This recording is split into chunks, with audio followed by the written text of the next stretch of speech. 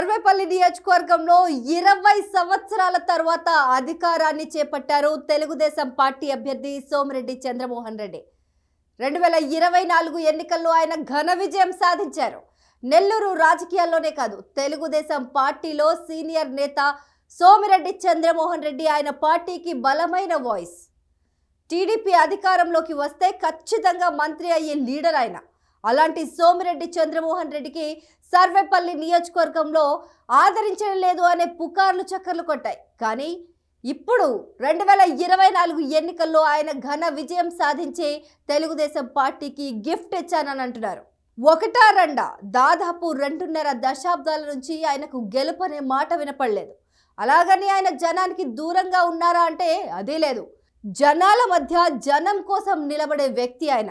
నిత్యం ప్రజల్లో ఉంటూ వారి సమస్యలపై పోరాడుతుంటారు. అలాంటి సోమిరెడ్డి చంద్రమోహన్ రెడ్డిని సర్వేపల్లి ప్రజలు నేడు గుర్తించి గెలిపించుకున్నారు. సర్వేపల్లి నియోజకవర్గంలో వైసీపీ బలంగా ఉండేది. గతంలో ఆదాల ప్రభాకర్ రెడ్డి 2 సార్లు ఎమ్మెల్యేగా పనిచేశారు. ఆయన ప్రస్తుతం వైసీపీలో ఉన్నారు. ఇక సిట్టింగ్ ఎమ్మెల్యే మంత్రి కాకాని గోవర్ధన్ రెడ్డి కూడా వరుసగా విజయం సాధించారు. అంటే గత 20 ఏళ్లుగా సర్వేపల్లిలో టీడీపీ గెలిచిందే లేదు. సీనియర్ నేత మాజీ మంత్రి సోమిరెడ్డి చంద్రమోహన్ రెడ్డి సర్వేపల్లి టీడీపీ బాధ్యతలు చూసుకుంటున్నారు. అయితే ఆయన 1994, 1999 ఎన్నికల్లో టీడీపీ నుంచి పోటీ చేసి గెలిచారు. ఆ తర్వాత జరిగిన 4 అసెంబ్లీ ఎన్నికల్లోనూ ఓటమి పాలయ్యారు. అయినప్పటికీ మరోసారి ఆయన్నే అసెంబ్లీ బరిలోకి నిలిపింది టీడీపీ అధిష్టానం. టీడీపీ అధినేత చంద్రబాబు నాయుడు ఆయన్ను బలంగా నమ్మి ఆయనకే మరోసారి టికెట్ కేటాయించింది.